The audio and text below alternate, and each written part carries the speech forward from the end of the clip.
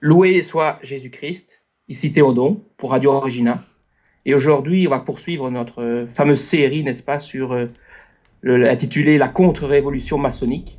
Et aujourd'hui, on va plus particulièrement s'intéresser à deux grands noms, n'est-ce pas, qu'on retrouve aussi bien du côté des francs-maçons que du côté des anti-maçons, qui ont une influence énorme chez beaucoup de gens, à savoir René Guénon et Joseph de Maistre, ou plutôt Joseph de Maistre puis René Guénon. Et donc, je vais laisser Yannick un petit peu introduire ces deux personnages et les principaux thèmes de leur pensée. Exactement.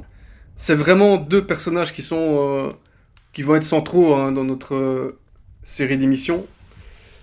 Ils sont vraiment incontournables, et y compris aussi en maçonnerie. Donc bon, beaucoup plus Guénon que de Maistre en tout cas, mais de Maistre a en tous les cas un gros impact également.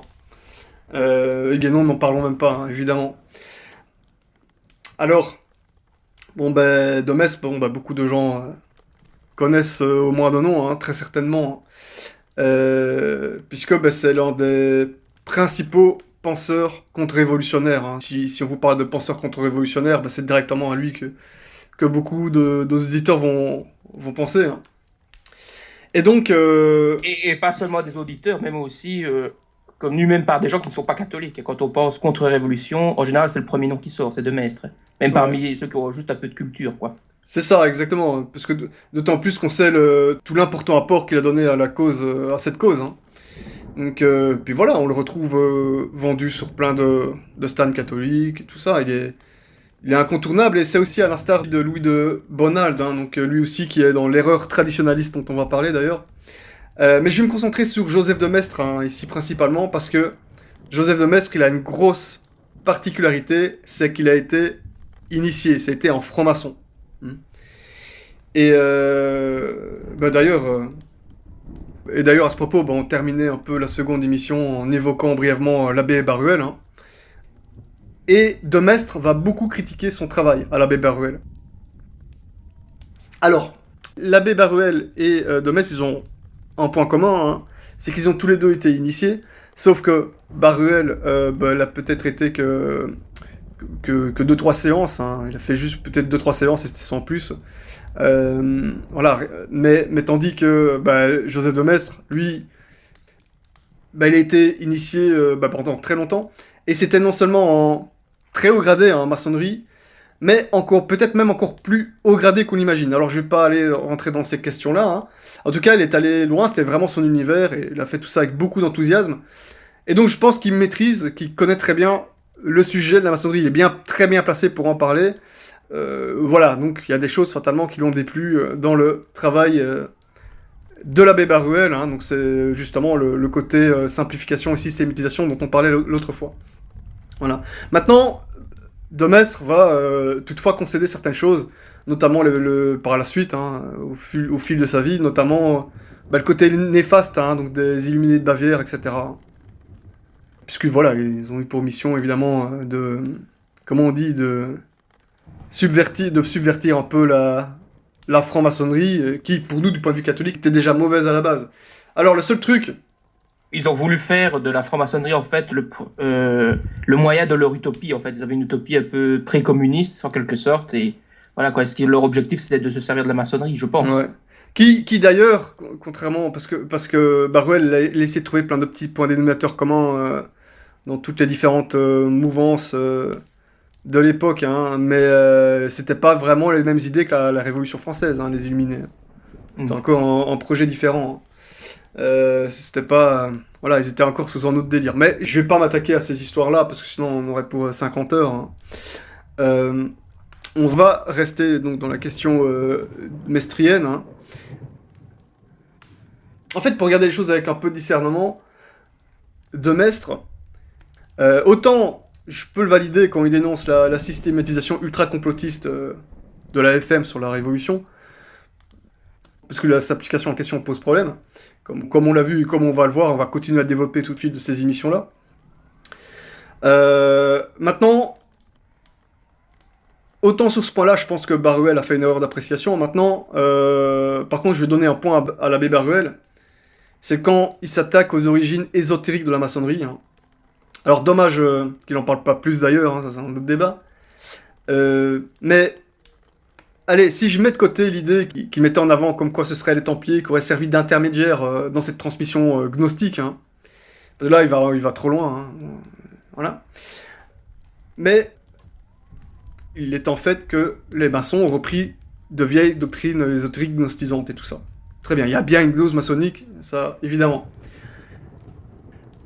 Maintenant, le souci, c'est que De Maistre, il a tellement voulu défendre son obédience martiniste, hein, qu'il en est venu à contester cette donnée des origines, hein, par rapport à différentes sectes initiatiques de l'Antiquité, hein, en disant que la comparaison avec les manichéens, hein, entre autres, et son obédience était exagérée. Ah, je suis désolé, ça c'est un point en moins pour De Maistre, hein, c'est complètement faux. Hein. Donc voilà, il a véhiculé des erreurs, hein, qu'on soit clair. Hein.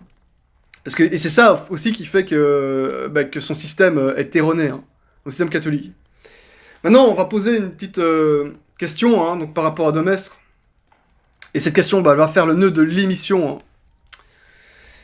Comment ça se fait que De Maistre, écoutez bien, hein, comment ça se fait qu'il est considéré comme un catholique impeccable, intransigeant, orthodoxe, hein, je dis orthodoxe entre guillemets bien sûr, hein, puisqu'on comme on va le voir. Donc c'est un ultra antilibéral, on ne peut plus partisan de la monarchie à la sauce voilà, ancien régime, etc. Donc même pas monarchien, hein, donc on ne peut plus monarchiste, hein, même exagéré. Hein. Oui, tout à fait. Oui. Voilà. Il va même évacuer toute liaison entre la monarchie et la nation, entre guillemets, même si ça c'est un terme qui a été développé par la suite. En fait, la théologie thomiste a toujours reconnu que le peuple pouvait parfois, dans certaines circonstances, s'opposer au chef de l'État. Ouais. Et ça, chez certains royalistes, ça ne passe pas, ça, parce que c'est le pouvoir du roi et uniquement lui, quoi. Ouais, donc un côté absolutiste, hein, on est bien d'accord. Hein. Oui, voilà, oui.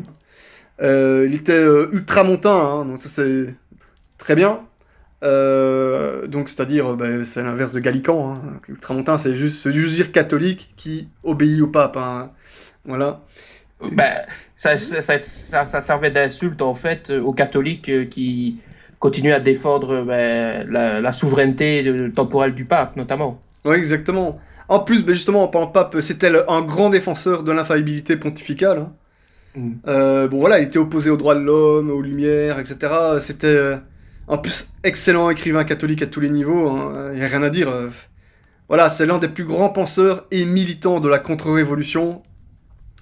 Donc, en apparence, on a affaire à un catholique plus qu'impeccable, hein, sérieusement. À part, bon, le côté absolutiste par rapport à la monarchie, hein, mais on débat. Voilà, on va juste mettre de côté qu'au tout début de sa jeunesse, bon, c'est vrai, voilà, il a quand même été favorable en court moment aux réformes de l'État français. Hein. Bon, après, il a vite changé. Hein. Mais la question, c'est comment ça se fait que ce grand personnage, voilà, catholique, ultra, tout ce qu'on veut, était un franc-maçon initié au plus haut degré. Là, ça fait quand même bugger. Hein, déjà, je pense qu'il y a peut-être des auditeurs qui ont déjà bugué avec l'émission précédente, hein, sur la révolution vue du côté maçonnique royaliste. Hein. Et là, avec ce qu'on dit sur Joseph de Maistre, là, je pense qu'il y a quelque chose qui va pas. Hein. On est d'accord. Être catholique pur, entre guillemets, qui cherche à défendre la doctrine et qui cherche à défendre les vrais principes et qui en même temps est membre de loge, on se dit qu'il y a une dissonance cognitive. Une dissonance d'office, hein, d'office. Hein. En plus de ça, on parle de l'un des francs-maçons les plus célèbres au monde. Hein. Catholique. Alors, bien sûr, quand j'ai dit qu'il était catholique, j'ai dit catholique orthodoxe, mais orthodoxe entre guillemets, hein, par rapport à son orthodoxie. Hein. Donc, hein. Et je vais ajouter aussi que contrairement à ce qu'on a raconté à une époque, hein, peut-être même encore de nos jours, il n'a pas considéré son aventure maçonnique comme une erreur de parcours. Hein. Bien au contraire, donc maintenant on a appris par la suite que c'était pas du tout le cas, hein, puisqu'on a retrouvé plein de documents et tout ça par la suite. Donc là on n'est pas dans les histoires de complot, bazar, etc. On est vraiment dans un vrai problème. Hein. Là je pense que ça casse un peu le système. Alors maintenant, répondre à cette question là qu'on pose, c'est comprendre évidemment le sens de notre émission. Donc voilà, c'est la raison pour laquelle j'insiste sur tout ça, hein, pour éviter de se faire avoir. Alors, Je vais pas parler de la biographie de Demestre, hein, parce que pour ceux qui connaissent pas, hein, donc vous pouvez la trouver très facilement sur Wikipédia ou autre support. Hein. Je vais juste préciser qu'il n'est pas français, mais savoyard. Hein. Donc à l'époque, c'était un pays indépendant. Je vais parler de sa pensée, hein, donc principalement, et on va essayer de dénicher un peu le bug qu'on recherche. Voilà, trouver un peu la faille dans le système. Alors pour commencer, Demestre il est initié dans le rite écossais rectifié, hein, qui a été fondé par le Lyonnais Jean-Baptiste Willermoz, hein, qui a d'ailleurs fait connaissance en chair et en os. Donc il est très influencé par la pensée de l'ésotériste Louis-Claude de Saint-Martin, c'est pour ça qu'on parlera de martinisme, et Demestre va se passionner et être impliqué dans tous ses travaux, quoi. Alors aussi, avant toute chose aussi, pour prouver qu'il ne considérait pas qu'il s'était égaré en maçonnerie, hein, je vais le citer en 1816, soit 5 ans avant sa mort, il va dire J'en suis demeuré à l'église catholique romaine, sans cependant avoir acquis, dans les fréquentations des illuminés martinistes et l'étude de leur doctrine, une foule d'idées dont j'ai fait mon profit. Ça c'est vrai. C'est une citation qui a beaucoup ressorti ces dernières années, mais voilà, quand on lit ces citations, on comprend d'autant mieux l'œuvre de Demestre, parce que c'est vraiment... tout ça, c'est imprégné, en fait. Hein. Toute cette foule d'idées. Hein. La pensée de Demestre, elle porte en elle une erreur qui s'appelle le traditionnalisme. Hein. Donc on en a déjà parlé dans l'émission numéro 3 de Radio Regina, hein. C'était en compagnie avec l'abbé Athanas Sauget. Hein. Alors, par traditionnalisme, j'entends pas tradition catholique, hein, évidemment. C'est pas au sens catho-tradi, hein. Même si, malheureusement, certains aimeraient greffer cette erreur qui nous contamine facilement. Hein. Le traditionnalisme, dans le sens condamnable, c'est quoi, Théodon? Ça consiste à ce que l'on considère que notre connaissance, en fait, notre capacité, notre intelligence, ne peut rien trouver par elle-même, mais dépend d'une tradition antérieure, et donc de fait, on reçoit la connaissance par autorité, au lieu parfois de la découvrir par nos propres moyens, quoi. Exactement, voilà. C'est d'ailleurs même carrément un courant philosophique, hein, et qui s'attache à la fameuse notion de tradition primordiale. Ça, on va en parler pendant tout le reste de cette série d'émissions. Donc voilà, ça c'est un thème important en maçonnerie. Et Demestre va adopter tout ça selon ses inspirations et essayer de rendre ce concept compatible avec le catholicisme. Hein, ça va être son travail. Hein. Et il va beaucoup intellectualiser la chose de son côté. Hein. Alors la grande idée, hein, donc, à laquelle il va être initié dans son martinisme, c'est que l'homme, avant la chute, était de nature angélique. Donc c'était un être spirituel. Hein, ça commence assez mal. En plus de ça, androgyne. Et déjà, ça sort la gnose à plein nez. Bah oui, mais oui, clairement, voilà. C'est déjà bien commencé. Normal. Voilà, comment dire, plus androgyne. Hein, ça c'est dans toutes les gnoses en général qu'on n'entend pas ce genre de choses. Alors, évidemment, émanant directement de Dieu. Donc, c'est de l'émanation. Ce qui va à l'encontre de la création. Donc, ça veut dire que l'homme est une parcelle de Dieu. Voilà, exactement. On a beaucoup parlé de ça aussi dans l'émission sur la Kabbale avec Guillaume. Hein. Mmh.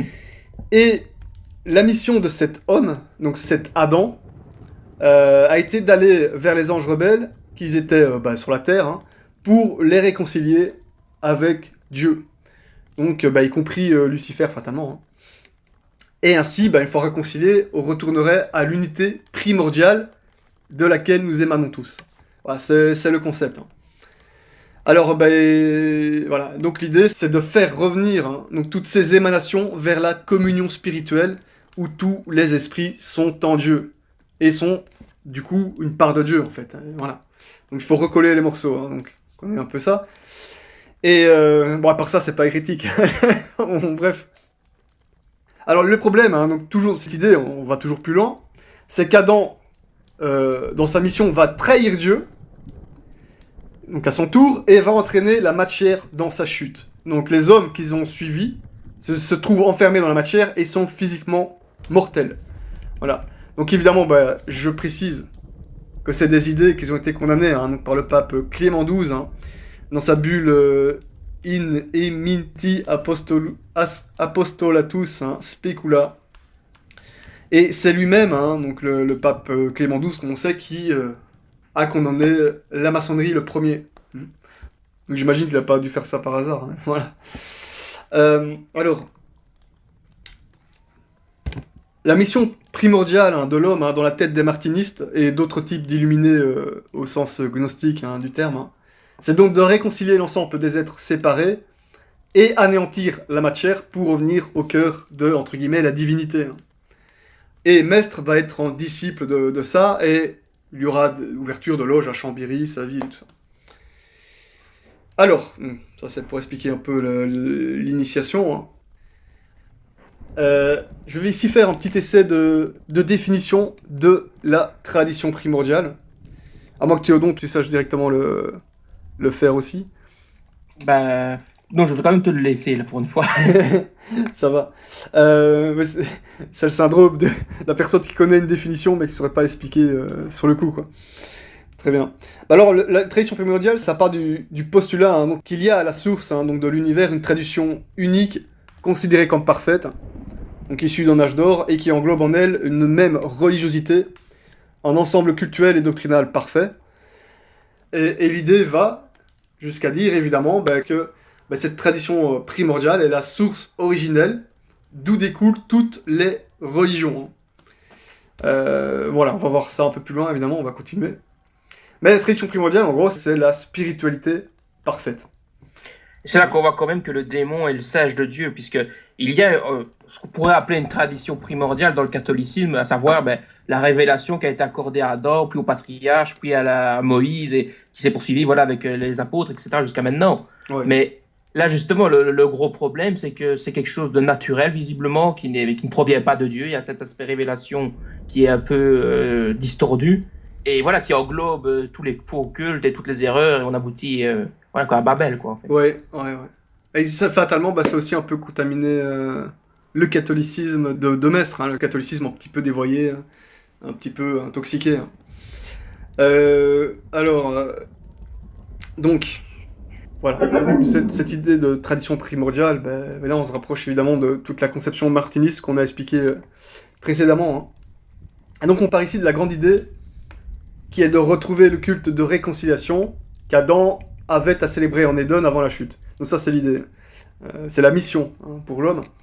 Et il faut remonter à tout ça, et pour de Mestre, cette tradition va se transmettre au travers du judaïsme des Hébreux, dans un premier temps, et puis dans le christianisme qui recèle en lui cette vérité, en fait. Voilà, c'est le concept. Donc, le catholicisme se raccroche directement à la tradition primordiale. En gros. Donc voilà un peu comment son système fonctionne. Mais bien sûr, il y a plein de petits morceaux qui sont dans les autres fausses religions. Donc c'est ça aussi c'est ça aussi l'idée. Je suis de Metz. Mais le truc le plus parfait, c'est le catholicisme. Voilà, c'est ça l'idée. Ça rappelle un peu la vision ecclésiologique qu'on les concilière, en fait, puisque c'est exactement ça qu'ils disent. Ouais. Et eux, ils disent que dans les faux cultes, il y a des éléments vrais, et donc ces éléments vrais sont directement inspirés par l'Esprit Saint qui informe même les faux cultes, quoi. Alors que chez nous, s'il peut y avoir des éléments vrais dans les faux cultes, en fait, c'est des legs. Ils n'appartiennent pas véritablement à ces faux cultes, c'est la différence, quoi. Oui, c'est ça. On va développer encore tout ça plus loin, mais exactement, c'est pas pour rien que Jean-Paul II embrasse le Coran. Donc les modernistes vont dire que c'est parce qu'il embrasse les parts de vérité, les parts de bien qu'il y a dans le Coran. Voilà. Non, voilà, c'est pas compliqué. Le mal, si t'enlèves 1% de bien, t'es dans le mal, point. Voilà, c'est soit mal, soit bien. Si c'est mal, c'est qu'il y a un manque de bien, et on peut pas accepter ça. Voilà, bref. On va en reparler de tout ça, justement. On va en reparler. Alors, donc on va voir aussi des bouleversements terribles dans l'histoire de l'humanité, tels qu'une révolution française assez sanglante, et pour de Metz, c'est une reproduction de la chute originelle, tout ça. Donc c'est comme ça qu'il voit les choses. Donc, en fait, quand on comprend tout son système de pensée auquel il a été initié à la base, bah, fatalement, les textes de Demestre, ils deviennent un peu plus limpides et clairs sur certaines choses qu'on se demanderait. Hein. Et bah, en plus de ça, justement, bah, c'est pas pour rien que tout son système est évidemment éminemment connu comme fidéiste et providentialiste. Hein. Donc bah, voilà, ce qui est condamnable aussi. Hein. Voilà. Ça aide à bien comprendre le problème. Athanase, l'abbé Athanase Sauger l'avait évoqué dans son émission, le traditionnalisme vient du fidéisme, et le fidéisme, ben, voilà quoi, c'est une perversion de la foi, une perversion de l'intelligence, et ça a ses racines aussi dans le protestantisme en fait. Voilà, tout à fait, tout à fait. Mais la conséquence de ça, hein, dans cette hétérodoxe vision de la religion, hein, la conséquence de ça, c'est que pour lui, il y a une continuité entre paganisme et christianisme aussi. Parce que le paganisme, selon lui, bah, fatalement, ça devient une simple corruption, en éloignement de la vérité catholique. Hein. Donc, catholicisme qui lui-même découle encore une fois directement dans son idée de la tradition primordiale. Hein. Donc, selon lui, bah, en gros, bah, le christianisme, c'est l'efflorescence dans le paganisme purifié. Donc, ça, c'est quand même. C'est une vision très naturaliste de la religion. Quoi, mais oui, à un moment donné, donc je vais donner quelques citations, hein, il dit les dieux du christianisme sont les saints. C'est lui qui le dit, donc c'est dans son texte sur le pape, hein, fameux texte du pape, hein, pour défendre l'infaillibilité pontificale. Donc il dit, je rigole, mais c'est pas drôle, hein, il va dire aussi, attention, les traditions antiques sont toutes vraies, que le paganisme entier n'est qu'un système de vérité corrompu et déplacé, qu'il suffit de les nettoyer, pour ainsi dire, et de les remettre à leur place pour les voir briller de tous les rayons. Il va dire ça dans les soirées de Saint-Pétersbourg. Il va parler... C'est quand même terrible. Oui, c'est terrible, puisque là, on voit quand même l'opposition entre sa pensée et la pensée des pères de l'Église qui n'ont jamais enseigné ça, quoi. Ah ouais, nous, on avait la haine. On avait la haine. C'est ça. Nous, ça nous révolte. C'était l'abomination, ça venait des démons. Les faux dieux, c'est des démons. Voilà. Et voilà, quoi. Et on finissait martyr si on n'acceptait pas de mettre la croix à côté des idoles. Hein. Bon, voilà, maintenant, les idoles, maintenant, on embrasse le Coran. Hein. Donc voilà, la question qu'on peut poser et qu'on peut créer de la réponse, c'est est-ce que Joseph de Metz, s'il avait vécu à cette époque-là, avec le bagage intellectuel qu'il avait, est-ce qu'il aurait refusé de mettre la croix à côté des idoles? Qu'est-ce qui aurait pu justifier qu'il soit martyr, qu'il refuse de faire ça? Ouais. Alors il va aussi parler des écrits de Platon comme une préface humaine de l'évangile. Sérieusement, moi ça me rend malade, ça fait vomir fatalement, hein, en tant que catholique. Mais j'aurais bien aimé qu'il soit à notre époque pour dire ça à Étienne Couvert. Ça aurait été beau. En fait, dans ce système-là, hein, ça rend tout bon, fatalement. C'est le mal, comme on dit, c'est plus une diminution du bien. C'est un bien qui n'a pas encore été totalement accompli, en fait. C'est ça la différence. Et tu vois, donc du coup, ça offre une autre grille d'appréciation. Alors que pour être catholique, normalement, le mal, c'est le mal. Le mal, il doit être condamné pour ce qu'il est, point. C'est comme faire les 2 premiers commandements, d'ailleurs, hein, par rapport justement aux idoles païennes, hein, aux faux dieux. Hein. Voilà, sinon, à partir de ce moment-là, on accepte tout, à partir de ce système. Hein, fatalement. Et mais dans le système martiniste, ça a son sens, puisque tout fait partie d'une même unité, en fait, qui est en attente de se retrouver. Mais oui, mais non, mais on peut, mais au-delà du système martiniste, même de la franc-maçonnerie. Oui, voilà. Parce que là, on est complètement dans son relativisme religieux, qui vient pas de nulle part, hein, si on écoute la première émission. Donc là aussi, donc, tu vois, c'est tout, la boucle, elle est bouclée. Hein, donc voilà. Donc du coup, avant de voir dans les hérésies des systèmes qu'ils ont rejeté des vérités déjà connues et professées, là on voit des systèmes qu'ils ont conservé des vérités partielles. Ça c'est la nuance. Et c'est ça que tu faisais la petite réflexion il y a quelques minutes à propos des modernistes, parce que c'est exactement le concept. Leur discours. Hein. Donc voilà, c'est plus la diminution du bien qu'on met en avant, c'est le bien qu'il reste en fait. Voilà, pour essayer de trouver des dénominateurs communs, pour qu'on fasse la paix mondiale, les droits de l'homme et compagnie. Voilà. Bon, évidemment, Joseph de Metz, lui, par contre, dans dans son idée, lui, la vraie religion, c'était quand même le catholicisme, c'est parce que c'était le truc le plus parfait. Donc évidemment, par rapport à sa notion de tradition primordiale. Bon. Bon. Danger, les amis. Donc, de Maistre, ben, on sait, au fil du temps, Deo Gracias, il s'est radicalisé dans le catholicisme, mais toujours avec ce système, parce qu'il n'a pas rejeté son passé maçonnique. D'ailleurs, au contraire, il va le fondre un peu dedans, donc c'est très pernicieux.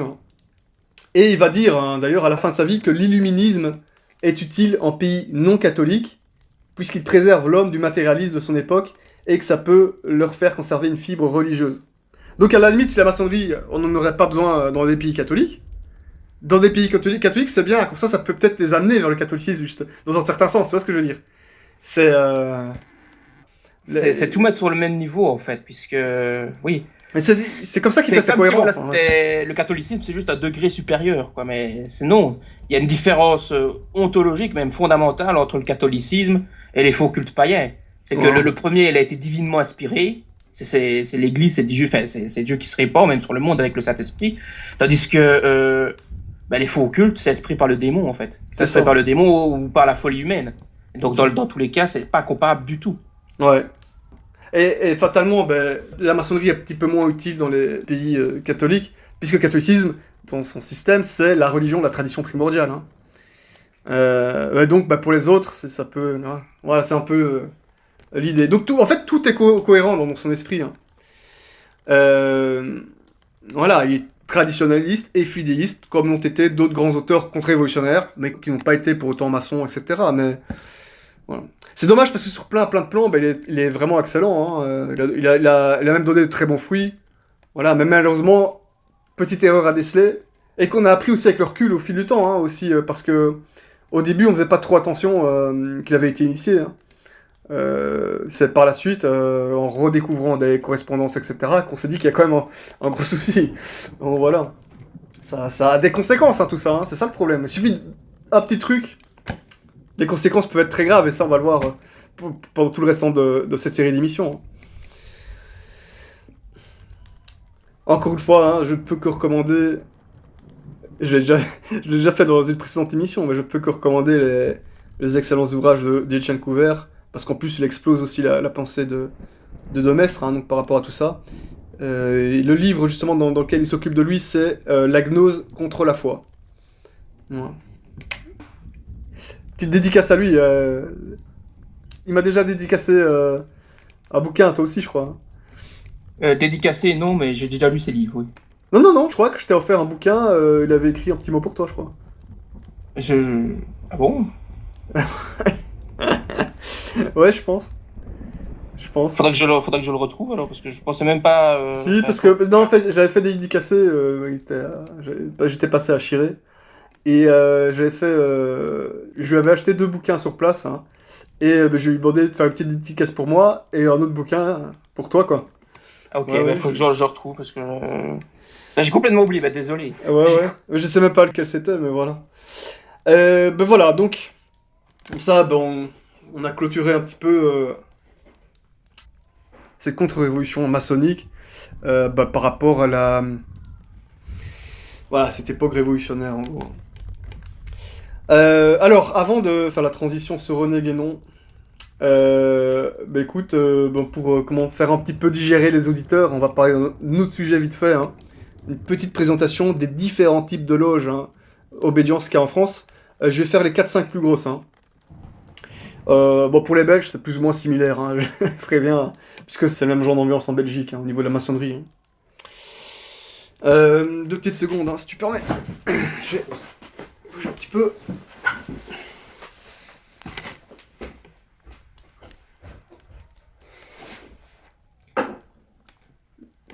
Alors, on va faire donc un petit état des lieux de la situation actuelle, donc qui nous entoure ici dans le présent. Je vais faire on va faire une brève petite description des obédiences françaises actuelles. On va commencer par laquelle, Théodon? La plus connue, je pense, c'est le Grand Orient. Grand Orient. Quand on pense franc-maçonnerie, c'est souvent ce nom-là qui sera premier. Ouais. Donc le Grand Orient de France, GO ou GOF. Hein. Il regroupe 1200 loges, environ 52 000 membres. Hein. Donc je parle à notre époque. Hein. Ben voilà, hein, principale obédience comme tu dis. On en a déjà parlé un tout petit peu au début. Hein. C'était intéressant d'ailleurs. Bon. Elle est très ancrée à gauche, hein, cette obédience. Très anticléricale, républicaine, voilà, laïcité, adogmatisme, etc. Hein, vous connaissez. Hein. C'est la loge de Jean-Luc Mélenchon. En fait, les choses elles ont un petit peu changé quand même. Hein. Ça s'est un petit peu assoupi sur certaines choses, hein, donc on peut retrouver de tout. Hein. Et y compris des prêtres conciliaires hein, qui peuvent rentrer maintenant. Avant, c'était beaucoup plus difficile. Hein. Mais ils sont quand même mal vus, non enfin, parce que je crois que Benoît XVI, entre guillemets, avait publié un truc comme quoi la franc-maçonnerie était toujours vue négativement. Conciliaire de gauche, hein. Oui, voilà, oui. Oui, non, bien sûr. Ça, c'est clair que en conciliaire de droite moderniste, si en général, ils vont pas faire maçon, eux. Hein. Ils ont moins tendance à faire maçon encore. Mais s'ils devaient rentrer, ils iraient certainement pas au Grand Orient. Ça, certainement pas. Plutôt GLNF. Ouais, je pense. Ouh là là, mais bon. Ouais, le pire, c'est malheureusement, c'est qu'il doit certainement en avoir en plus. Hein. Bon. D'ailleurs, mais je voulais juste dire, avec propos du Grand Orient, justement, c'est qu'on a eu, il y a peut-être 3-4 ans, hein, on a eu, entre guillemets, bien sûr, prêtre, un certain Pascal Vezin, qui a été viré par son, entre guillemets aussi, évêque, parce que ce prêtre, hein, entre guillemets, était au Grand Orient. Alors, entre nous, fatalement, du point de vue catholique, chez nous, c'est excommunication directe, on parle même pas. Mais bon, voilà, lui, il est pas... il est soumis aux autorités à Rome, hein, modernistes.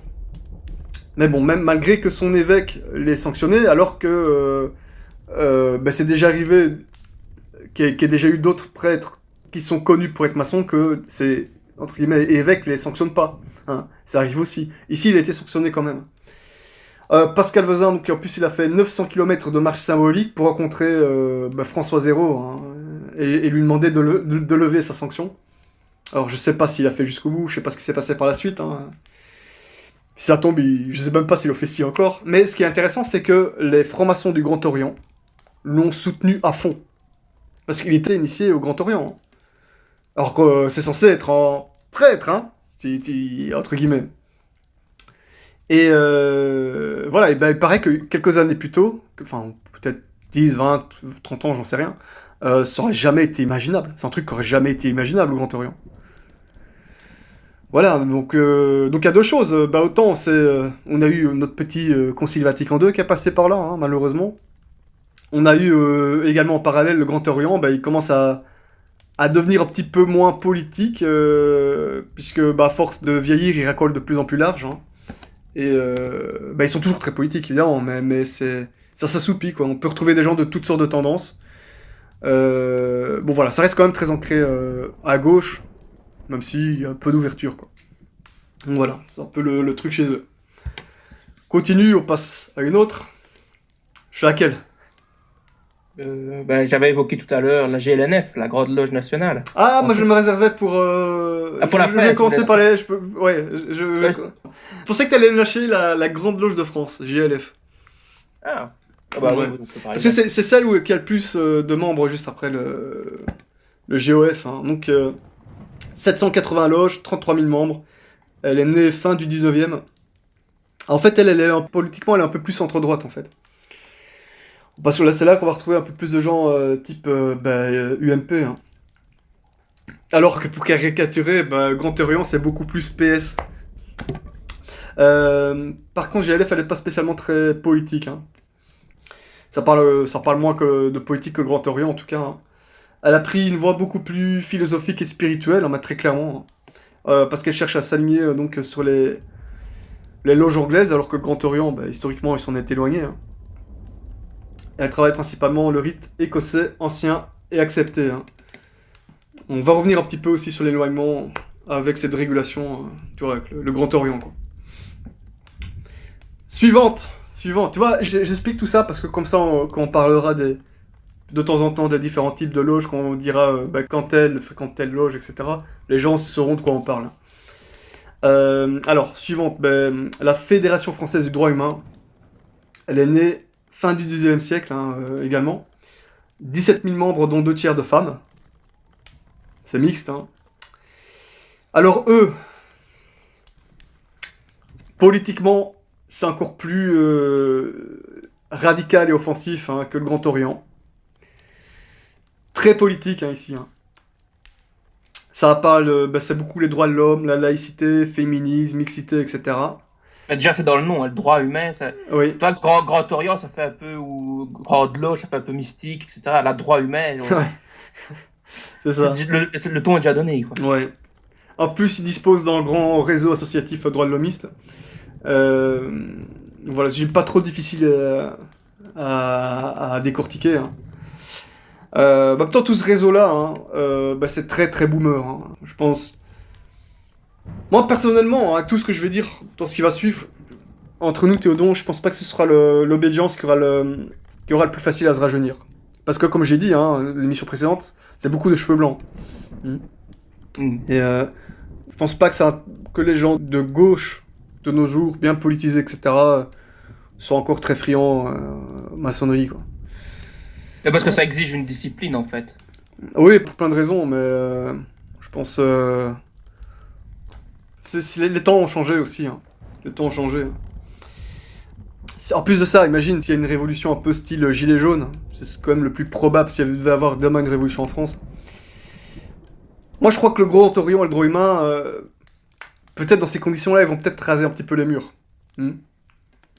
Parce qu'ils ont quand même ils sont assez représentatifs des symboles du pouvoir actuel, de l'idéologie médiatico-politique dominante aussi. Donc... Ça n'empêche pas le droit humain.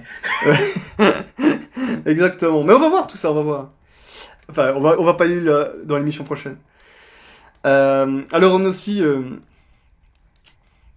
dans une obédience qui pourrait peut-être beaucoup mieux s'en tirer s'il y avait une révolution de genre dont on parle demain. Ce serait peut-être effectivement la JLNF, Grande Loge Nationale de France. Donc voilà, on va en parler maintenant. Alors, elle, on va dire qu'elle est un petit peu plus à droite. Elle est née en 1913. Donc c'est... Déjà après le ministère Combes et toute la vague des radicaux qui ont attaqué l'église et qui étaient souvent membres du Grand Orient. Mais justement, je vais expliquer. C'est parce que c'est pas en hasard. Oui, mais bien sûr, mais c'est pas en hasard en fait. Elle compte à l'heure actuelle 23 000 membres. Et il faut savoir que fin des années 60, ils étaient 4 000 membres. Ça veut dire alors en fait, ils sont montés en flèche jusqu'à 45 000 en 2010, donc ils ont failli rattraper le Grand Orient, mais ils ont explosé en scission. Donc t'imagines, c'est monté crescendo. En un demi-siècle, ils sont passés de 4 000 à 45 000. C'est une loge qui fonctionne très très bien, mais elle vient d'exploser. Elle vient de faire une grosse scission, mais elle reste quand même très puissante. 23 000 membres au GNF. Donc maintenant, la scission, c'est avec la Grande Loge de l'Alliance maçonnique française. Alors, c'est aussi le même délire, ils sont aussi assez à droite. Bon. Par contre, quand je dis assez à droite, en même temps, elle refuse de faire de la politique, ce qui n'empêche pas les... Tu vois, un peu en dehors des ateliers, de faire de la politique, évidemment. Donc, elles se sentent beaucoup sur la, entre guillemets, Bible. On imagine bien que c'est pas la Bible catholique. Et le journal de Figaro, je cite, il précise... je me suis inspiré un peu de ce qu'ils disaient dans Figaro pour faire un petit peu le leasing. Figaro, il dit elle avait refusé d'appeler à voter contre Jean-Marie Le Pen en 2002. Alors que tout le monde le faisait. T'imagines c'est quand même qu'ils ne doivent pas spécialement être très, très à gauche, mais bon. Alors, c'est pas un hasard, mais en fait, elle pratique beaucoup le rite écossais rectifié. Donc, dans les principales obédiences, celle qui pratique le plus ce rite-là. Et on va pas oublier évidemment que c'est celui de Joseph de Maistre, qui est très apprécié par un certain public. Donc voilà, pour moi je veux dire clairement, il représente non seulement l'origine, mais également l'avenir de la maçonnerie, et je vais expliquer. L'origine parce qu'ils sont très attachés aux loges régulières anglo-saxonnes, donc même s'ils ont perdu un petit peu la reconnaissance à cause de l'histoire de scission en 2010.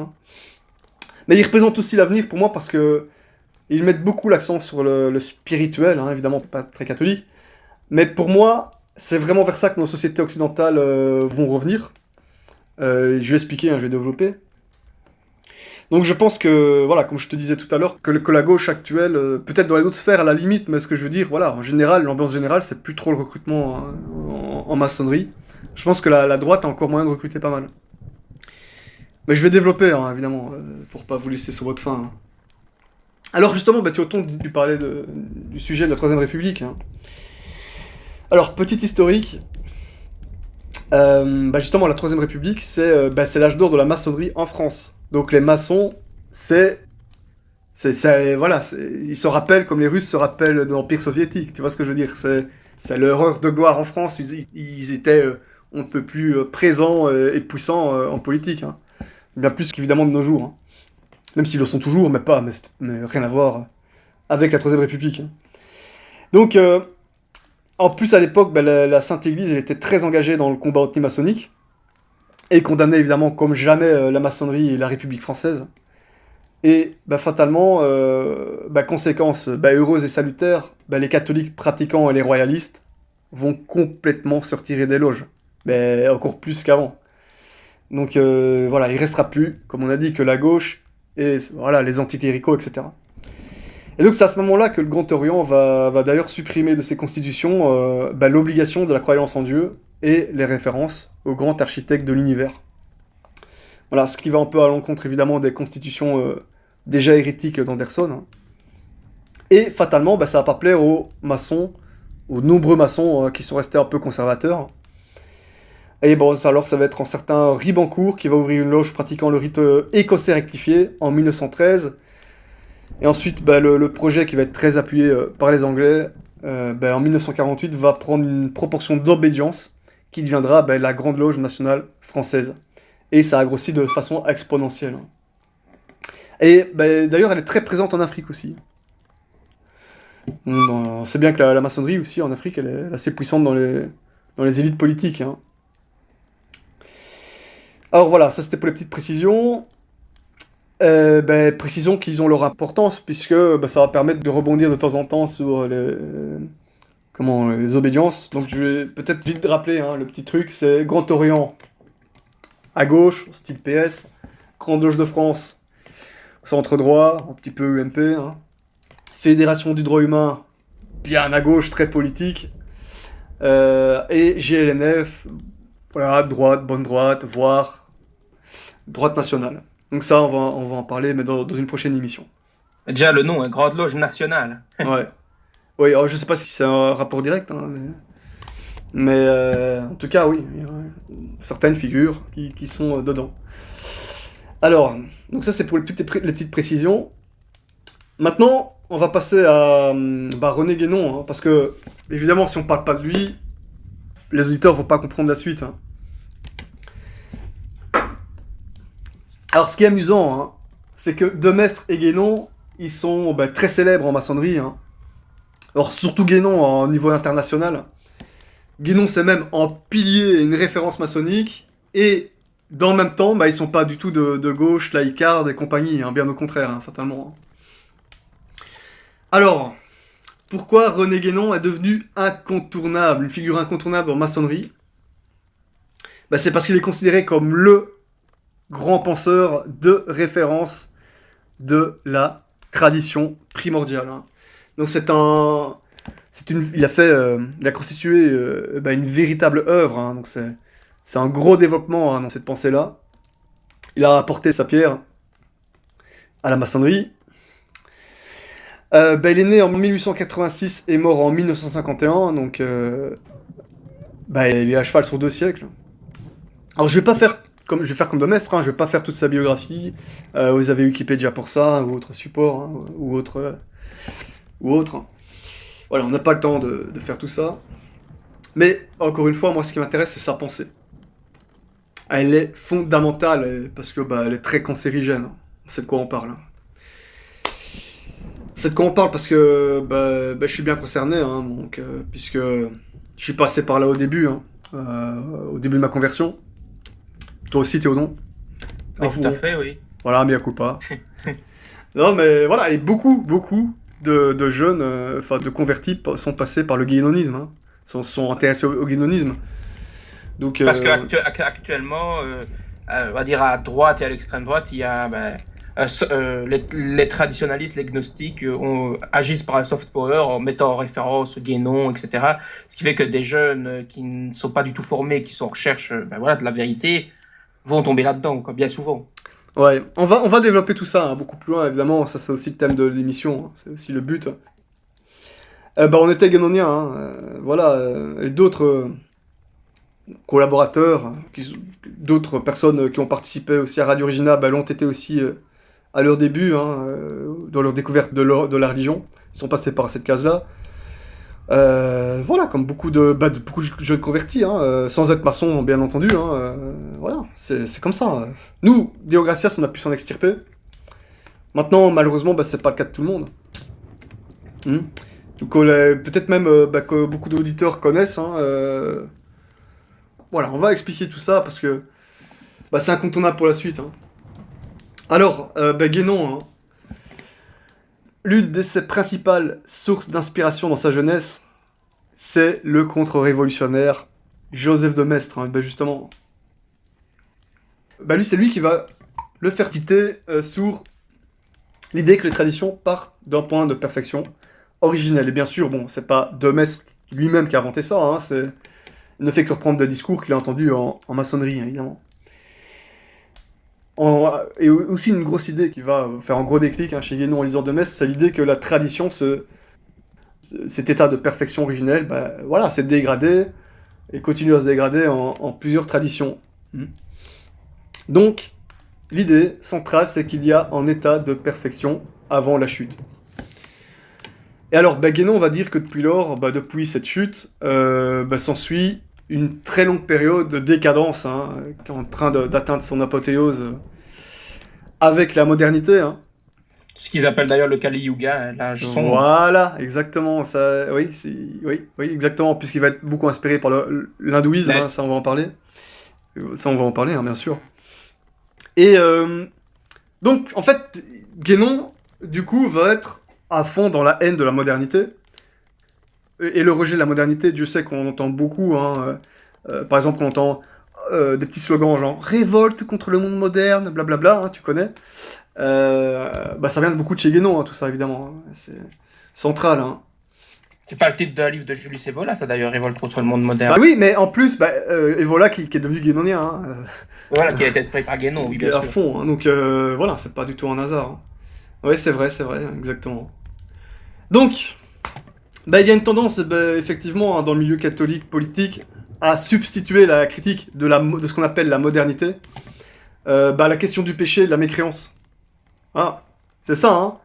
Oui, la décadence du monde moderne, blablabla, mais tu vois, alors que voilà, l'état de péché, on l'a toujours connu à toutes les époques aussi, hein, évidemment. Hein. Même si la modernité, je veux dire, monsieur, dans notre époque, voilà, c'est pas terrible non plus, évidemment. Hein, mais le problème de la modernité, c'est pas qu'elle est moderne pour nous, voilà. C'est parce qu'elle est éloignée de Dieu, c'est ça le problème. Voilà, oui, bien sûr, mais c'est l'état des âmes aussi, parce que la modernité en tant que... Si on doit parler en tant qu'industrie, technique, etc., l'évolution technologique, tout ce que tu veux, je veux dire, il y a plein de bonnes choses qu'on peut très bien adapter sans problème dans une chrétienté, hein, ça c'est aucun souci. C'est pas la période qui pose problème, c'est ça que je veux dire. Oui, tandis que pour ces gens voilà, qui sont dans une posture traditionnaliste, c'est le temps qui pose problème. Oui, oui. Plus le temps passe, en fait, plus on s'éloigne de l'unité primordiale, et donc forcément, voilà. on est ontologiquement en décadence, en fait. Voilà, c'est ça. Donc pour Guénon, il faut s'approcher, revenir, atteindre cette tradition primordiale et toute la connaissance universelle qui en découle. Et pour cela, il faut retrouver cette trace et ces empreintes dans différentes religions d'aujourd'hui. Et il faut se replonger dans les différents textes religieux avec l'ésotérisme à la clé pour en saisir les similitudes et pouvoir les interpréter, c'est-à-dire la similitude entre les différentes fausses religions, et petit à petit avancer et déboucher à la tradition primordiale. Hein. Et pour que les individus puissent se réaliser spirituellement dans cette voie, bah, les individus doivent passer par un cheminement initiatique. Hein. Moi, je dis ça, quand je dis que je suis guénonien, je suis pas passé par cheminement initiatique, je suis pas allé jusque-là. Hein. Mais, je précise, hein. Mais je veux dire, voilà, tu vois, c'était plus dans le sens critique de la modernité et le côté traditionnel des religions qui me plaisait. Voilà, c'est dans ce sens-là. Hein. Ben, pour moi, c'était pareil. Hein. Je Voilà, n'ai pas été initié en ouais, l'autre. Je vous rassure. Oui, parce qu'on sait très bien qu'il y en a qui nous attendent au détour, c'est pour ça qu'on dit. C'est pour ça qu'il faut mieux préciser. Donc, bah, fatalement, hein, la conséquence immédiate de son raisonnement, pour ceux qui adhèrent concrètement, hein, bah, en plus de se rapprocher inévitablement de la gnose, hein, et voire de la maçonnerie, bah, ça mène fatalement, et moi je sais très bien aussi de quoi je parle, ça mène à un relativisme religieux et la validation des fausses religions à partir du moment où on les juge traditionnelles. Ah, c'est traditionnel, donc c'est bien, tu vois. C'est ça. Tout à fait, oui. C'est comme ça qu'on les reconnaît d'ailleurs. Quand tu vois que ça mélange islam, bouddhisme, catholicisme et orthodoxie, enfin entre guillemets orthodoxie bien sûr, talmudisme, etc. Là, ça sent Guénon à plein nez. Là, on peut l'attendre à chaque page. Quoi. Mais oui, d'ailleurs au début de ma conversion au catholicisme, Dieu m'a donné la foi, hein, bien sûr, mais j'avais quand même en regard par rapport à des fausses religions comme l'islam, quoi. J'avais quand même en regard le côté traditionnel me fascinait. D'ailleurs, j'hésitais entre les deux avant de choisir le catholicisme. Hein. C'est vraiment au moment où je commençais à m'intéresser à la spiritualité. J'ai pris la voie catholique, Deo Gracias. Et puis, bah, avec l'aide de Dieu, à force d'étudier aussi, tout ça, je me suis renforcé dans ma foi, hein, Deo Gracias, grâce à Dieu. Hein. Mais c'est sûr que fatalement, au début, quand j'étais toujours dans la phase du guénonisme, fatalement, bah, le regard que je portais sur le mahométisme, l'islam, bah, c'était pas le même qu'aujourd'hui. Hein. Fatalement, et j'imagine que toi aussi, fatalement, il y a un dégoût pour ce qu'on appelait la modernité, c'est-à-dire la décadence de notre époque, bah, qu'on assimilait à l'époque en tant que telle, évidemment. Et qu'est-ce qu'on voyait un peu comme différence, comme réponse, comme alternative saillante, visible. Ben, on voyait beaucoup le monde mahométan, qui était très traditionnel. Et c'est vrai que c'était assez attirant. Je pense que c'est aussi une des grosses raisons qui fait que beaucoup de jeunes, malheureusement, partent en islam, hein, partent dans le mahométisme. Hein, parce qu'ils veulent autre chose. C'est l'influence, on retrouve aussi ça dans le phénomène des sectes aussi. Hein. Oui, bah oui, voilà. C'est ça. C'est la même logique, en fait. Comme on est dans une société qui ne propose rien de transcendant, il y a n'importe quel charlatan qui mélange quelques concepts, souvent de la gnose en plus. Eh bien, il s'est tiré des gens très facilement. Oui, c'est ça. Ouais, c'est pour ça que le petit côté, tu vois, traditionnel de l'islam, du judaïsme, du schisme, du chamanisme, de l'hindouisme, du bouddhisme et du catholicisme va intéresser ceux qui s'intéressent à cette doctrine. Sauf que le catholicisme, Deo Gracias, c'est un piège pour ceux qui s'intéressent au guénonisme, ça c'est bien. Enfin bon. On en parlera évidemment, parce que c'est vraiment le truc incompatible. Incompatible, c'est le catholicisme, il n'y a rien à faire. Mais bon, voilà, tout ça pour dire que beaucoup de jeunes, dans ce cas-là, bah, ils peuvent effectivement autant plonger dans le catholicisme que vers l'islam, que vers une autre secte, hein, s'ils se basent là-dessus. Donc c'est dangereux. Hein. C'est dangereux. Et tout ce que je viens de dire là, bah, ça doit certainement parler à beaucoup d'auditeurs. Hein. Et le pire, c'est que ça part vraiment d'une bonne intention, hein, tout ça, en plus. Hein, donc, voilà. Mais je pose la question, pour ceux qui y sont encore. Nous aussi, hein, donc bah, la société de péché, bah, elle nous révolte. Mais c'est quoi le plus important pour aller au paradis? C'est être juste traditionnel ou c'est être avec Jésus-Christ? Il y a une nuance, parce que j'espère que les gens voient bien ce que je veux dire, mais si vous êtes avec Jésus-Christ, bah bien sûr que d'une certaine façon, vous allez être traditionnel, entre guillemets. Hein, vous êtes dans le sens catholique, traditionnaliste. Hein.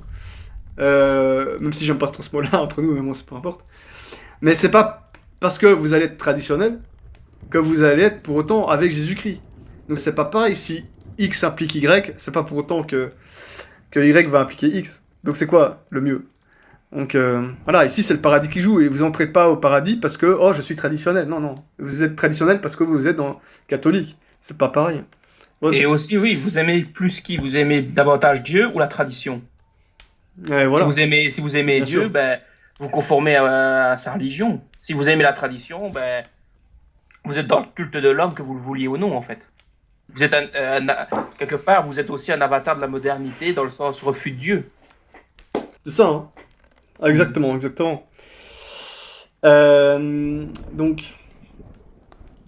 Donc, bah, si Joseph de Maistre, hein, lui, il s'était radicalisé dans le catholicisme, hein, pour retrouver cette essence de tradition primordiale, hein, entre guillemets, bah, Guénon, lui, il va partir dans l'hindouisme, en jugeant que les brahmanes sont les plus proches de cette essence. Donc voilà pourquoi les délires du Kali Yuga. Donc tu connais, hein, c'est la concession cyclique du temps, qui a un âge d'or et un âge sombre, et le Kali Yuga, bah, c'est l'âge du fer. C'est l'âge du fer, et c'est la fin de l'âge sombre aussi, hein, si je m'abuse. C'est l'âge du fer, en attendant de retrouver bah, l'âge d'or. Hein. Guénon, bah, il va finir par se convertir à l'islam soufiste. Hein. Donc, bah, voilà. Il apostasira, puisqu'à la base, il était catholique, à lui. Mais oui. Bah, je pense qu'il a peut-être fini par comprendre, je sais pas. C'est plus difficile pour un ésotériste d'être catholique, fatalement, puisque bah, malgré le côté traditionnel qu'on trouve dans le catholicisme, notre religion, c'est exotérique à 100%. Et l'islam soufiste, bah, c'est l'ésotérisme de l'islam. Fatalement, c'est plus simple. Pour lui, hein. Donc voilà, bah, les grandes idées.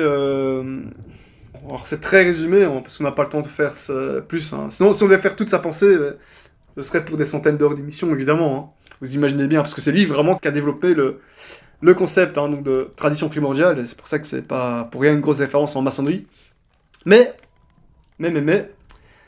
on va quand même toutefois déjà un petit peu rentrer dans le vif du sujet avant de terminer, de clôturer cette émission, hein, cette partie d'émission.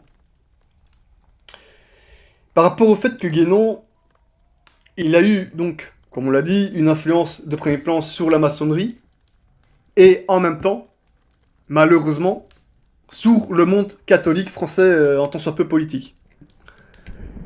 Alors c'est entre guillemets assez drôle parce qu'il a collaboré à un journal intitulé La France chrétienne anti-maçonnique, qui... voilà, c'est une revue à laquelle le fameux Léo Taxil a durant un moment été à la tête. Alors, Taxil, tu connais un peu, j'imagine, Théodon. Oui, c'était un escroc qui prétendait qui prétendait retransmettre les messages d'une femme qui était haute initiée en maçonnerie, qui s'appelait Diana Vaughan, mais au bout d'un moment, il a déclaré que c'était une pure invention, que tout était falsifié et que Diana Vaughan n'avait jamais existé. Alors après, il y a eu toute une controverse qui dure encore un peu, même jusqu'à présent, sur est-ce qu'il n'y avait pas une part de vérité dans ce qu'il a pu dire, etc. Enfin bref. Ouais, c'est ça. Mais en tout cas, il y a beaucoup de mensonges, puisqu'il y a des exagérations, mais pas possibles, complètement délirantes par rapport à la maçonnerie. Voilà, très clairement. Bon, il a certainement plus servi la cause maçonnique que catholique, parce que ça nous a complètement fait intoxiquer et fait passer pour des tarés aussi. Hein. Ça, c'est un autre débat. Hein. Donc voilà, c'était pas très sérieux tout ça. C'était pas vraiment très sérieux. Maintenant, bah, Guénon, il a collaboré à ce journal, alors que dans le même temps, c'est ce qu'il faisait. Ben, je présume qu'il avait quand même encore des contacts avec la maçonnerie. Bah, il se faisait initier en loge pendant qu'il travaillait dans un grand journal, La France chrétienne anti-maçonnique, bah, il était initié en loge. C'est quand même un truc de... Mais vous voyez à quel point on est vraiment au centre de l'émission, là, quand même. C'est incroyable. Attends, voilà ce que j'étais... Alors, ben justement, je te pose une question, Théodon. Est-ce que sa démarche était contradictoire ? Quand il se prétend catholique, c'est sûr que c'est contradictoire, mais maintenant, s'opposer au complot, etc., et être maçon, non, ça ne s'oppose pas. Ouais, je vois ce que tu veux dire. C'était pas trop exactement ce que je voulais dire, mais je comprends ce que tu veux dire. En fait, dans son système... Bah en fait non, il est pas contradictoire. Il travaille sur deux plans en fait. Son idée, c'est de rapprocher les catholiques à ses idées et surtout leur faire croire qu'il existe un ésotérisme chrétien. Et évidemment, bah, on est toujours dans cette logique hein, avec lui qu'il y a une bonne et une mauvaise maçonnerie, et la mauvaise maçonnerie, ce serait celle qui a dévié, celle qui était censée être bonne, hein. Donc celle qui est devenue moderne. Donc ça, c'est un peu les concepts qu'il veut faire passer, hein. En même temps, en parallèle, il était initié dans la Grande Loge de France, et son idée c'était de tenter de la réformer de l'intérieur. C'est-à-dire de ramener la maçonnerie laïcisée et sécularisée à la spiritualité, et surtout aux bonnes vieilles traditions qu'elle était censée porter en elle. Donc il veut lui faire, son but est de faire retrouver à la maçonnerie son identité, entre guillemets, originelle. Et bon voilà, soit la renforcer dans la gnose, plutôt qu'elle se préoccupe de politique. Voilà, politique qui pour lui, dans son système, est contre-initiatique. Donc pour lui, il y aurait une bonne initiation et une contre-initiation en fait. Et donc c'est ce qu'on dénonce dans l'émission, hein, parce que comme on dit, à partir du moment où on se rend compte qu'il y a différents types de maçonnerie, il y a toujours des gens qui vont nous dire « Ah ben vous voyez, il y a des bonnes et des mauvaises maçonneries. » Bah non. C'est la même excommunication, point barre. C'est tout. Et je pense que malheureusement, Guénon, il a réussi son coup. Il a réussi son coup dans les deux cas de figure. Hein. Parce que, de un, c'est devenu une icône de la franc-maçonnerie. Quand vous écoutez des francs-maçons parler en tant soit peu spirituel, hein, l'un des noms qui revient le plus souvent dans leur bouche, c'est René Guénon, René Guénon, René Guénon. Hein. Tu confirmes, Théodon? Oui, tout à fait. Oui, j'ai déjà regardé des conférences entre francs-maçons et bien oui, c'est une grande référence, oui. Ouais, clairement. Hein. C'est franchement à la limite s'ils doivent citer un nom sur 4, c'est Guénon, hein, à la limite. Hein. Donc on rigole pas. Hein. Donc il le cite tout le temps, hein, clairement. Il a vraiment apporté une brique à la maçonnerie. Hein. Et chez les chrétiens, dans le même temps, nous on s'est fait pourrir, hein. Mais comme pas permis, on va mettre. Sinon on serait pas obligé de faire cette émission. Et... moi ça fait des années que je dis que les militants les plus anti-maçons ont tendance eux-mêmes à avoir un esprit maçon sans le savoir. Parce que beaucoup d'anti-maçons sont dans les histoires de gnose aussi. Ou alors tout du moins un état d'esprit traditionnaliste, dans le sens guénonien du terme. Hein. Donc voilà, c'est juste limpide, clairement. Voilà, c'est pour ça qu'on a appelé notre émission la contre-révolution maçonnique. Hein. Alors, je précise déjà d'avance que la pensée de Guénon, fatalement, imagine bien, elle a fait aussi beaucoup de petits. Hein. Et quand j'ai beaucoup de petits, c'est beaucoup, beaucoup, beaucoup. Hein. Donc elle est en train de s'éparpiller. À l'heure actuelle, elle est présente même partout dans le monde. Hein. Partout dans le monde. Hein. Russie énormément, hein, on va y revenir plus loin, peut-être dans la prochaine partie. Hein. En Amérique latine, hein, donc voilà, d'ailleurs un évêque l'a confirmé, hein, il s'en inquiète beaucoup. L'Afrique, il se passe beaucoup de choses aussi en Afrique. Alors j'ai lu dernièrement que Steve Bannon, hein, qui exerce une certaine influence aux États-Unis, hein, qui est d'ailleurs ancien conseiller de Trump, est lui aussi guénonien, un grand lecteur de Guénon aussi. Après, je suis pas sûr qu'il soit guénonisé aussi guénonisé et influent que Dugin, hein, mais bon, qui est Dugin en Russie. Bon voilà, je vais revenir sur Dugin plus loin, comme on a dit. Mais alors que Demestre, par rapport à Demestre, je suis pas certain qu'il soit tout aussi connu dans le monde, même si j'ai déjà entendu des étrangers, en l'occurrence des Russes, en parler. Mais Guénon, il a vraiment développé toute cette pensée traditionnaliste. Parce que peut-être aussi parce que Demestre s'inscrit vraiment dans un combat aussi politique contre-révolutionnaire. Et catholique. Et catholique aussi, oui. Tandis que Guénon, lui, c'est plus vague, déjà au point du catholique, oui, puisqu'il a apostasié même. Et aussi, il était moins axé sur le combat politique et plus sur le combat métapolitique et philosophique, religieux, spirituel, appelez ça comme vous voulez, mais oui. Ouais. C'était pas le même délire, pas tout à fait en tout cas. Ce qui fait que maintenant, il est très présent partout sur la planète. Hein. Ouais. Ça a un impact vraiment énorme. Hein. Énorme. Hein. On va poursuivre. On va faire la suite la prochaine fois. Je pense qu'on a fait un peu le terrain est prêt pour étudier la question de la contre-révolution maçonnique au présent. Parce que juste ici, on a fait le passé, on a vu la révolution, on a vu tout ce qui s'était passé précédemment. Maintenant, on va s'attaquer un peu plus à notre époque. Hein. Je pense qu'on a vu tout ce qu'il fallait, le terrain il est prêt pour attaquer la suite. Donc voilà, ça va pas beaucoup rigoler. Hein. Et c'est pour ça prochaine aussi, fois.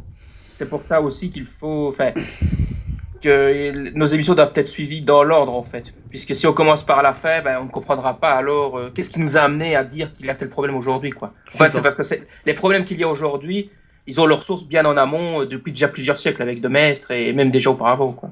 Bah écoute, Théodon, je te remercie de l'avoir précisé, hein. Bon après, est-ce que lire de Maistre devrait être interdit? J'irai pas jusque-là. Non, non, moi non plus, il y a des pages intéressantes, il y a des réflexions intéressantes, mais à la limite, soit de mettre des avertissements, soit de Voilà. purger les passages inacceptables, quoi. Par exemple, ben, les passages favorisant le paganisme, ben, on vire, quoi, parce que là, on sait que c'est faux. Ouais. Mais à part ça, oui. Et mettre un avertissement sur l'auteur, quoi. Mais sinon, oui, il y a des pages intéressantes, des réflexions sur la démocratie, par exemple, où il a pu montrer l'influence néfaste des partis, des discussions sans arrêt, l'efficacité du roi. Il y a des trucs intéressants chez lui, mais il y a aussi une mauvaise, qu'on avait aussi abordé tout à l'heure, la mauvaise philosophie traditionnaliste. Donc là aussi, il faut mettre en garde. Ouais. Parce que je me dis, peut-être que des catholiques qui vont écouter l'émission, bah, quand ils vont voir voilà, que sur des stands, des livres de Joseph de Metz vont peut-être péter en plomb. C'est ça que je suis en train de me dire. Ouais, qu'est-ce que t'en penses de ça? C'est compliqué, en fait, parce que il y a à boire et à manger chez Demestre. Ouais. Quelque part, il y a des éléments justes, et c'est pour ça aussi que l'Église s'est refusée de le condamner. Même si certains évêques avaient déjà remarqué qu'il y avait un problème chez lui par rapport à toutes ses influences. Mais comme il avait rendu service à l'Église et comme ça risquait de favoriser le camp de la Révolution, à l'époque, on préférait ne pas le viser particulièrement lui, quoi. Oui. Bon, on dit ça aux auditeurs, pour peu qu'ils découvrent Demestre avec notre émission. Si vous voyez sur un stand catholique des livres de Demestre vendus, ne faites pas un scandale, il n'y a pas besoin, hein, il y a des problèmes beaucoup plus graves, hein. Par contre, si vous voyez du Guénon ou autre auteur, je sais pas, voilà, allez-y, hein. Mais bon, pour Demestre, c'est pas du tout... je veux dire, comme tu dis, Théodon, voilà, il faudrait un avertissement, clairement. Est-ce qu'il devrait être à l'index pour autant? Je pense pas, bien sûr que non. Parce que là, il a plus apporté de bon fric qu'autre chose, mais il faut absolument faire des avertissements, c'est clair. Oui, il faut être en garde quand on le lit. Il faut mettre en garde, hein, ouais, voilà, c'est ça. Bon, bah, très bien, écoute Théodon, bah, je te remercie pour tout ça. Bah, toi aussi, merci pour l'émission et je pense qu'elle va apporter beaucoup aussi aux auditeurs puisque bah, la plupart ont déjà entendu les noms de Maistre et de Guénon, mais ne savent peut-être pas comment aborder ce point-là. Bah, là, ils auront une grille de lecture préliminaire, quoi. Après, complétée aussi par d'autres travaux. Là, on a cité Étienne Couvert, il y en a eu d'autres qui ont amené des travaux plus avant. Mais, oui, tout à fait, tout à fait. En tout cas, voilà, maintenant, là, on a dit ce qu'il y avait à dire en fait sur ces deux personnages et vivement la prochaine émission, quoi. Ouais, là, ça va pas rigoler, hein. Allez, très bonne soirée à Théodon, une prière. Une autre prière, toi aussi.